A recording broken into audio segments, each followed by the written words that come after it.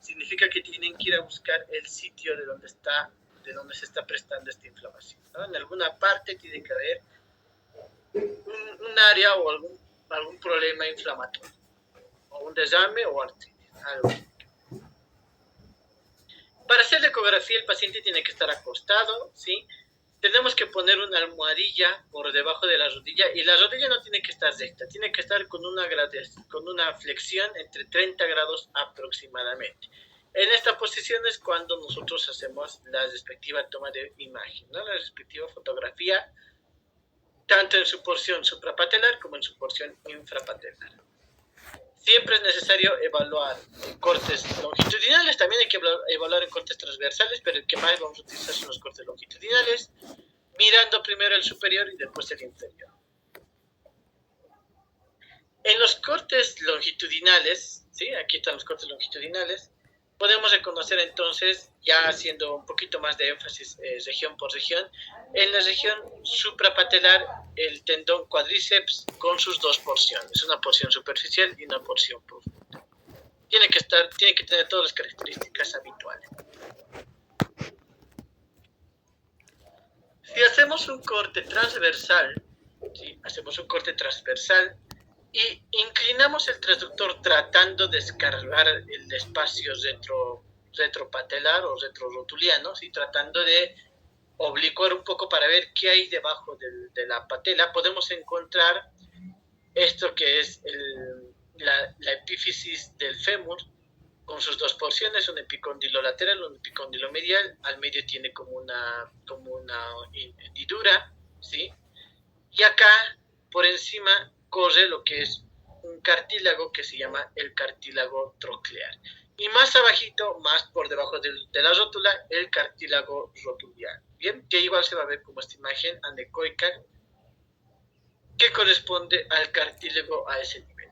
Este cartílago tiene que estar así como ustedes lo ven, homogéneo, simétrico, sin ningún tipo de patrón intrasustancia de este tendón. Y este es el corte infrapatelar, ¿no? Donde se puede ver la inserción de la rótula en su porción distal, insertándose en la espina. Bien. El mismo tendón rotuliano, pero en corte transversal. Se puede evaluar también. Bien. La cara medial, ¿sí? La cara medial, nosotros vamos a buscar dos estructuras tendinosas y un ligamento, además del menisco. Bien. Para eso nosotros ponemos al paciente ligeramente con el pie rotado hacia el exterior para poder descubrir mejor la cara interna. Buscamos la articulación femorotibial, aquí tenemos el fémur y la tibia, esta imagen triangular que ustedes ven, se va a formar, y acá no sé si ustedes ven hay como una cintilla que junta estos dos huesos, que va a ser el ligamento colateral medial. El ligamento colateral medial que tiene que estar íntegro, no tiene que estar engrosado, no tiene que tener líquido. Acá por debajo se dibuja una imagen triangular ecogénica, ¿no? Una imagen triangular ecogénica que corresponde al menisco. Acá tengo un pequeño paréntesis por hacerles. Al menos donde yo hice mi residencia y en el servicio de ecografía, nuestros docentes de ecografía nos decían que al hacer la ecografía osteomuscular, si bien se puede visualizar parte del menisco, no sé si se puede ver parte del menisco, lo mejor es no reportarlo a menos que encontremos algún hallazgo, ¿no? O sea, yo les voy a pasar los protocolos que tengo yo de ecografía osteomuscular por diferentes regiones, pero en la rodilla no hago mención del menisco. Si el menisco está bien o yo lo poco que veo, porque no vamos a ver todo el menisco, solamente vamos a ver un pedacito de menisco, que es como ver la punta del iceberg, porque no sabemos qué está pasando ahí adentro. Eso se tiene que estudiar por resonancia. Si yo veo lo poquito que veo del menisco está bien, pues no lo menciono. Pero si yo en lo poquito que veo el menisco veo que hay patología, bueno, ahí sí lo voy a mencionar, voy a decir que tiene algún tipo de desgarro o lesión intrasustancia y les voy a solicitar una resonancia para que termine siendo más concluyente. ¿Bien? Bueno, más abajito de lo que ya es la articulación tenemos el único uno de los únicos tendoncitos que vamos a poder volar en la cara medial, que es el tendón de la pata de ganso, ¿no? Es el tendón de la pata de ganso que se va a insertar en la cara medial de la tibia, la pata de ganso.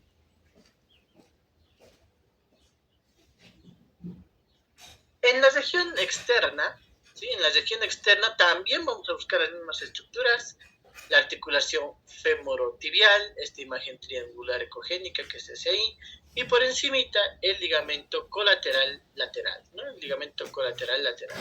Ahí tenemos el tendoncito, el ligamento, perdón, que tiene que estar todo bien, y por debajo parte de lo que es el menisco.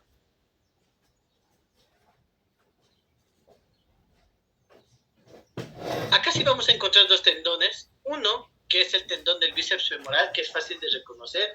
Ustedes, si ahorita se palpan la cara lateral posterior de la rodilla, van a ver que hay un tendón muy prominente que se puede palpar a simple vista, es fácil de encontrar, que corresponde al tendón del bíceps femoral, ¿no?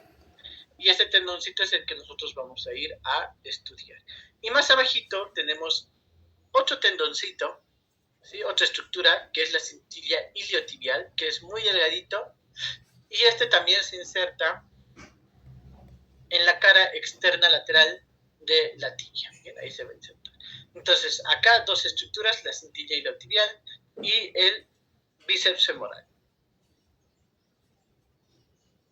Podemos también encontrar el nervio peroneo común, que sería este, pero ya como un plus, ¿no? Después en nuestro protocolo de hacer ecografía muscular no es necesario ir a buscar este nervio. Bien, esto es lo que les decía, fíjense, los meniscos tienen esta morfología, se están proyectando entre la articulación femoral y tibial, y nosotros cuando hacemos ecografía solamente vamos a poder reconocer esta parte que sería el cuerpo, y eso solamente su porción más externa, ¿no? O sea, nosotros ver el menisco, si vemos que está todo normal, mejor no mencionar porque no sabemos qué está pasando en los arcos anteriores, que encima el sitio de más afectación son los cuernos anteriores y los cuernos posteriores. Tampoco vamos a ver esta porción más profunda de los meniscos, ¿no? Solamente vamos a ver parte del iceberg. Pero si por ecografía vemos alguna lesión, pues hay que mencionarlo y decir que no se puede caracterizar porque no vemos el resto del menisco y que se sugiere complementar con una resonancia magnética. Ahí tenemos los meniscos, estas imágenes triangulares entre la articulación femoral y tibial. Acá, por ejemplo, tenemos un menisco homogéneo y aquí ya no es un menisco homogéneo, no tiene una lesión acá. Y ahora vamos a hablar más adelante qué tipo de lesiones existen en el menisco. En la cara posterior, en el hueco popliteo, vamos a encontrar dos estructuras también importantes. El paquete neurovascular, que va a corresponder con la vena poplitea, la arteria poplitea, la vena parva con su callado y el nervio, entonces este es el que nosotros vamos a recoger paquete.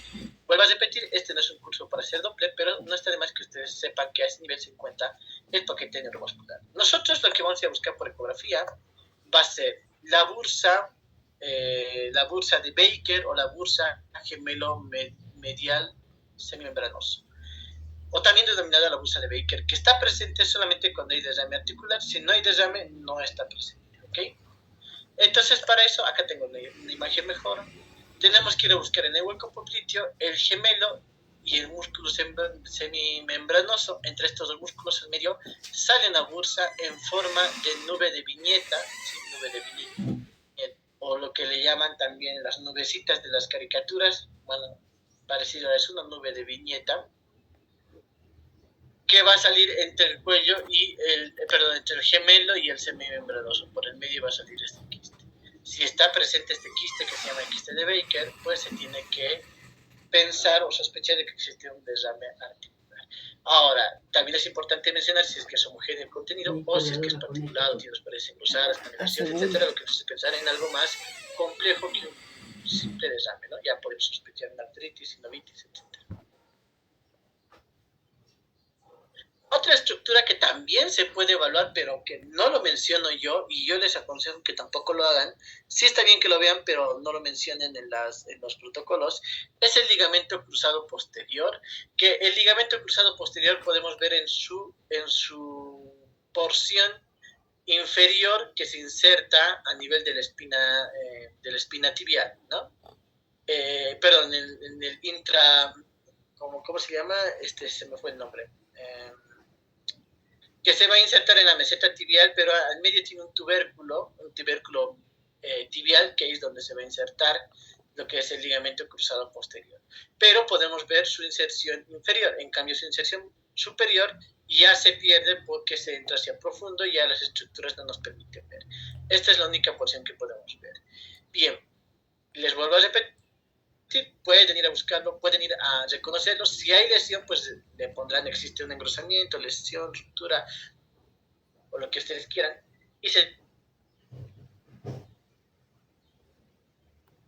tendrá que mencionar en el protocolo.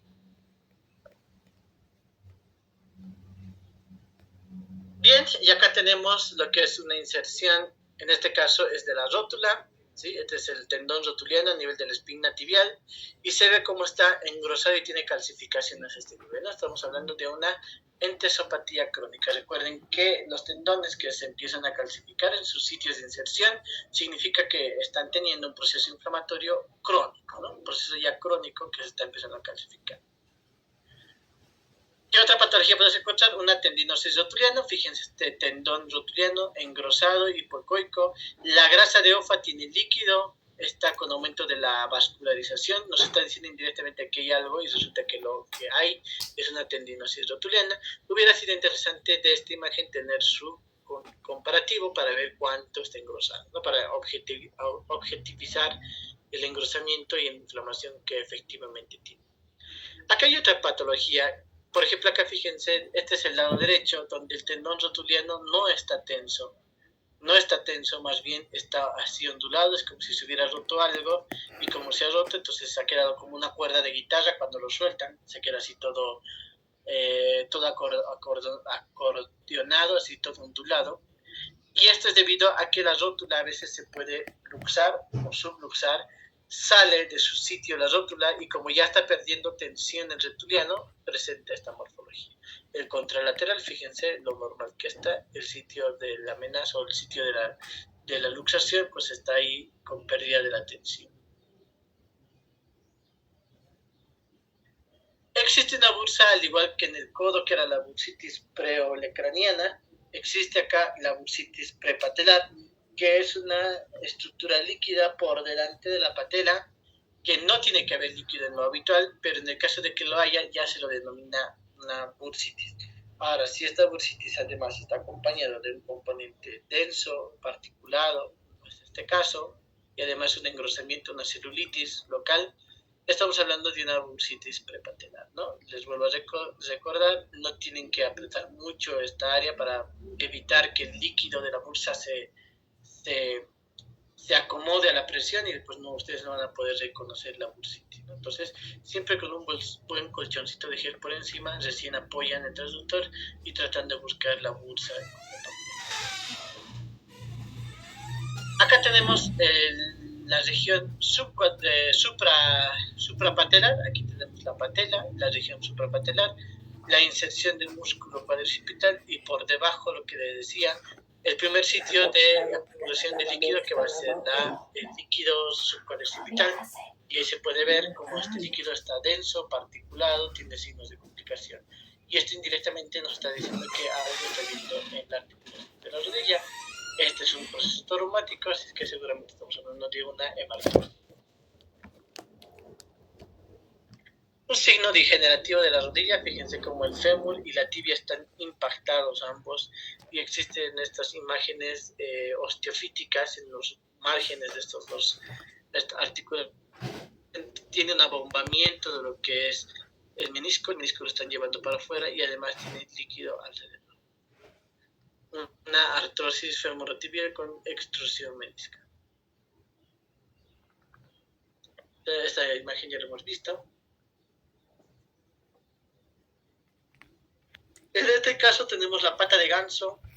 Previo a su inserción, vemos esta pata de ganso engrosada, heterogénea. Fíjense lo heterogénea que está. Y le ponemos Doppler color y tiene una importante vascularización con el Doppler color, ¿no? Compatible con una bursitis cálcica de la pata de ganso. La señora va a ser muy difícil de que cambie. Acá tenemos otra lesión del menisco. Fíjense, articulación femorotibial. El menisco está roto acá y se está herniando el contenido meniscal hacia afuera. Un quiste parameniscal. Acá tenemos otra imagen en este caso del menisco. El menisco, fíjense la articulación femorotibial, hay una imagen triangular, pero esta imagen triangular no es homogénea, tiene unas calcificaciones, lo que nos hace pensar en una condrocalcinosis en menisco externo. Bueno, el quiste de Baker que les decía hace rato, que es una imagen en nube de viñeta, ¿sí? Que en este caso tiene partículas densas en su interior y tabiques gruesos, ¿no? Lo que nos hace pensar que esta bursa no es una bursitis común, sino ya es un proceso, una colección, un absceso a nivel de la bursa o una bursa o de la quiste de Baker. Aquí tenemos más rupturas, una ruptura del menisco externo con una lesión intrasubstancia bastante líquido y al medio. Y acá también tenemos, ¿no? En este caso, un cuerpo anterior.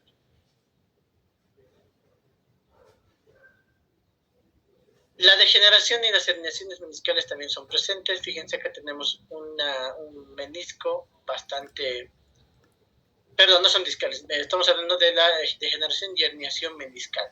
El menisco acá, por ejemplo, está homogéneo, no tiene ningún tipo de protrusión. El del contralado está heterogéneo, hipoecoico, con una protrusión, está generando, fíjense, un despegamiento, un abombamiento articular y también un engrosamiento de un ligamento colateral, en este caso interno.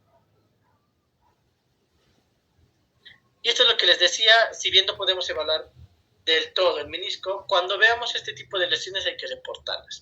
¿Y qué lesiones vamos a ver? Pues generalmente rupturas, calcificaciones o degeneraciones hialinas. De los más comunes van a ser las rupturas, las calcificaciones son bastante sencillas de reconocer. De las rupturas, pues nosotros vamos a ponerle diferentes grados, ¿no? Grado 1 va a ser cuando existe una ruptura o una área hipoecoica, pero bien en el espesor en el centro del menisco. Este es el menisco, una imagen triangular. Bien en su espesor, ahí tiene una ruptura grado 1. Cuando esta ruptura ya llega a tocar una superficie, entonces se le llama un grado 2. Un grado 2 porque esta lesión está tomando contacto con la articulación. Perdón, está con el borde, está tomando contacto con el borde. Cuando el corte, cuando la ruptura del menisco es completo, ¿sí? Y va de un lado al otro, una ruptura completa, estamos hablando de un grado 3. Y un grado 4 es cuando existe ya una ruptura muy compleja con diversas áreas complicadas. Va a haber de todas las diversidades, puede ser intersustancia que toma en contacto con el exterior, que hay otro que esté separado, etc. ¿No? Es un grado 4 cuando está totalmente distribuido. A cualquiera de estos 4 grados, ya sea el 1, el 2, el 3 o el 4, hay que solicitarle una resonancia magnética para caracterizar mucho mejor esa lesión, porque si bien estamos viendo solamente en la superficie, en planos profundos, pues ya no sabemos qué es lo que está pasando.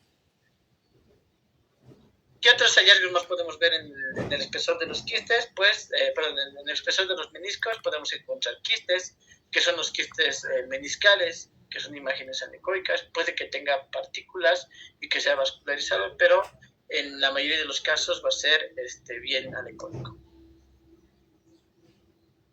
Otra patología muy común a nivel de la articulación de aspecto degenerativo va a ser el síndrome de estrés femoropatelar. Ya se acuerdan, hacemos un corte transversal por encima de la patela, buscando por debajo de la patela, les decía, esta articulación, ¿no? Este cartílago. Si el cartílago tiene áreas que están más gruesas y otros que se ponen más finos, quiere decir que hay un síndrome de estrés femorpatelar, que se está degenerando esa cápsula, por lo tanto, este paciente no se va a poder, apoyar la rodilla, ¿no?, en el piso, y le va a doler un montón. Otro cartílago que también se va a ver afectado un poquito más por delante, buscando bien debajo de lo que es la rótula, ¿sí?, en ese corte transversal que les decía. Bien por debajo de la rótula tenemos otro cartílago que también se va a ver degenerado. En este caso tiene calcificaciones, que va a corresponder al cartílago rotuliano, y a ese se le llama una condromalacia rotuliana, ¿no?, cuando presenta calcificaciones. Igual, fíjense, este cartílago está totalmente irregular, no tiene las superficies continuas, tiene esta calcificación, está heterogénea. Algo muy común en los adolescentes y niños es esta imagen de ver cuando veamos la inserción distal del ligamento rotuliano. Vamos a reconocer que existe un área irregular en la espina tibial, en el sitio donde se inserta, ¿no? Por radiografía podemos corroborar que existe esta área. Fíjense esta irregularidad de la espina tibial. Aquí es donde se está insertando el tendón rotuliano, este tendoncito que podemos evaluar, y este se le llama la enfermedad de Osgood-Schlatter. Enfermedad de Osgood-Schlatter, una entidad bastante frecuente en nuestro medio. Muy bien. Entonces, ahí terminamos con la rodilla. Fíjense que es un poquito más complejo, habían varias cositas que hablar. Lo importante es tratar de recordar que la rodilla lo vamos a enfocar o lo vamos a abarcar en 4 compartimientos. Cada compartimento prácticamente tiene un tendón o 2 en el caso del compartimento lateral. El compartimiento anterior, que lo vamos a subdividir en 2 caras, ¿no?, que va a ser la suprapatelar, la infrapatelar, para hacer una adecuada exploración. Hay que buscar los tendones, el cuadricipital, el tendón rotuliano. Hay que buscar las grasas, el espacio subcuadricipital, para ver que no haya desgarro, y en el caso de la grasa de OFA, para ver que no hay algún tipo de inflamación. Las caras laterales, hay que, además de evaluar los tendones que se insertan, ¿sí?, hay que evaluar los ligamentos colaterales, que son bastante sencillos de reconocer. Podemos evaluar los meniscos. Estos meniscos solamente hay que mencionarlos en el caso de que encontremos algún hallazgo. Si no encontramos nada, mejor ni lo pongamos en el reporte. En el hueco popliteo hay que ir a buscar simplemente el quiste de Baker y el paquete vasculonervioso. No hay que buscar ninguna otra estructura más. Así que esto es, de forma resumida, lo que tenemos que ver en la ecografía de rodilla. Hasta aquí. ¿Hay alguna consulta, duda en lo que es cadera y rodilla? Doctor, sí, dígame. ¿Es posible ver el ligamento cruzado? No, los ligamentos cruzados, ya les decía, el posterior sí podemos verlo, pero en su inserción distal, ¿no? Acá. El ligamento cruzado posterior sí en su inserción distal, pero en su inserción superior no se puede ver. Y el ligamento anterior es imposible de verlo. Así es que cuando hay una sospecha de lesión de los ligamentos, mejor pedirle una resonancia. ¿Alguien más tenga alguna duda?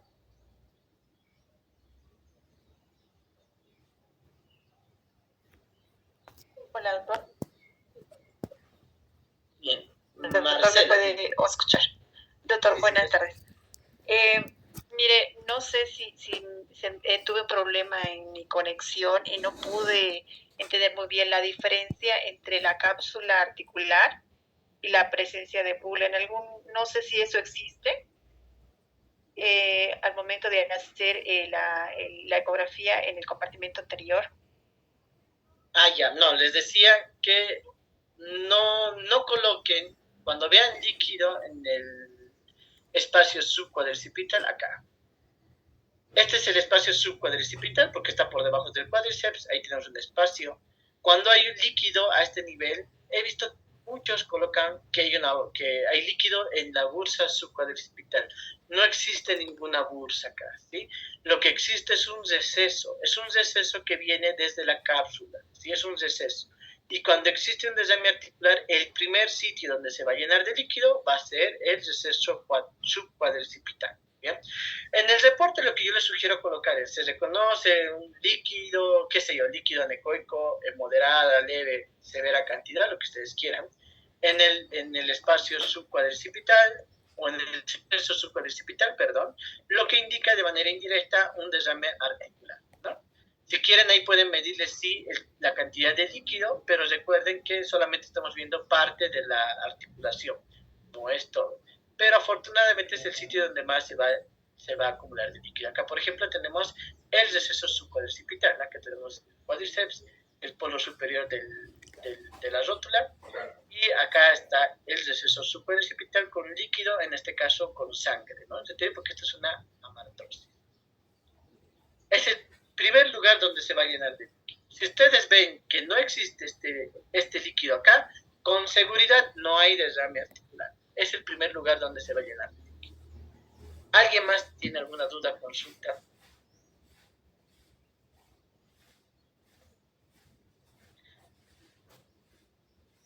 Aquí alguien me mandó un mensajito al WhatsApp, lo que sí les voy a pedir que por favor lo escriban en el chat, no me manden al WhatsApp, si no estoy atento no voy a verlo, pero me pide por favor que le muestre los ligamentos colaterales. Así que les voy a mostrar los ligamentos colaterales.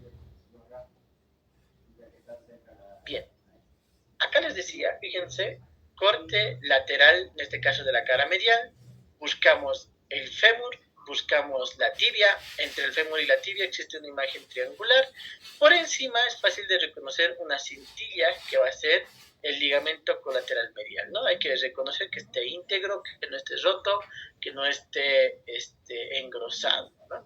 Y por debajo esta área ecogénica cuadrangular que corresponde al menisco, ¿no? Este menisquito que está acá.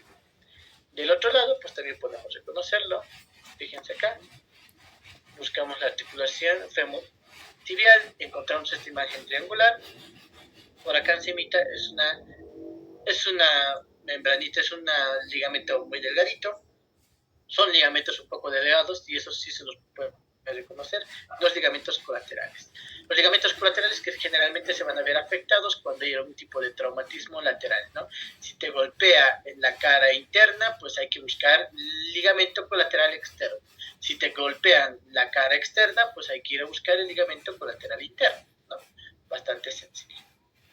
¿Alguien más tiene alguna duda? Consulta. Sí, doctor, buenas tardes. En ninguno de los compartimentos debe existir líquido, en ninguno ni fisiológico, ¿eso es correcto? De forma fisiológica, nada, no tienes que encontrar nada. Si encontramos líquido, va a ser en el espacio, en el receso subcuadricipital. Ahora, del receso subcuadricipital puede ser que se extienda más hacia una cara, puede ser hacia la cara lateral o hacia la cara medial, ¿no? O sea, a veces tiene una dominancia de un lado o del otro lado, pero no vamos a ver nada más que eso. Lo normal es que no haya nada de líquido, ni un centímetro de líquido en la articulación, porque el líquido se va a mantener bien dentro de los compartimientos que no podemos llegar a ver, ¿no? Y en el caso de que hay un derrame, pues ahí sí ya lo podemos reconocer. Ya, doctor, muchas gracias.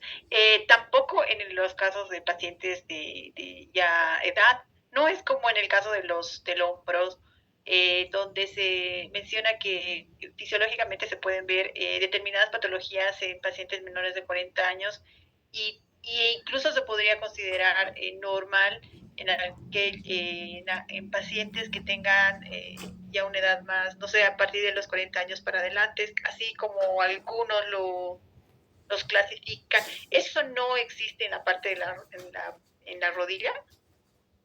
Que yo sepa, no, pues hasta donde yo tenga entendido, no. En el caso del hombro sí puedes esperar un despegamiento de la cápsula de hasta 3 milímetros, ¿no? 3 milímetros es una medida que me van a ver repetir en varios lugares, más que todo para medir cápsulas, 3 milímetros siempre va a ser la pauta. En cadera también son 3 milímetros de despegamiento, que sería lo fisiológico de encontrar. Acá no tenemos que encontrar el receso. El receso prácticamente es un espacio virtual que no está presente en ninguno de nosotros. Ya cuando hay líquido, pues recién se. Muchas gracias, doctor. Bien. ¿Alguien más tiene alguna duda o consulta?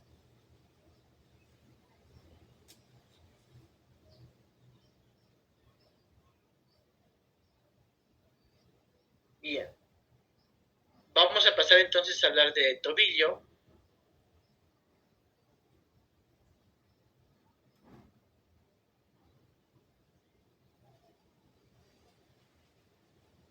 Bien, vamos a hablar de tobillo. Aunque tobillo es algo, acá sí nos vamos a complicar un poquito más. ¿Listo? A ver, alguien me pregunta, si estoy bien con las dudas. ¿Cómo diferenciar los grados de la enfermedad de Dupuytren?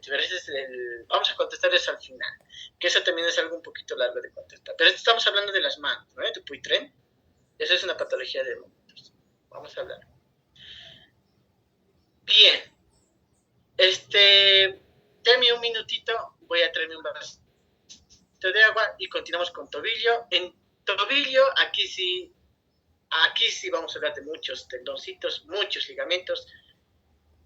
De hecho, tobillo lo vamos a dividir en dos prácticamente, en un estudio enfocado solamente a ligamentos y en un estudio enfocado solamente a tendones.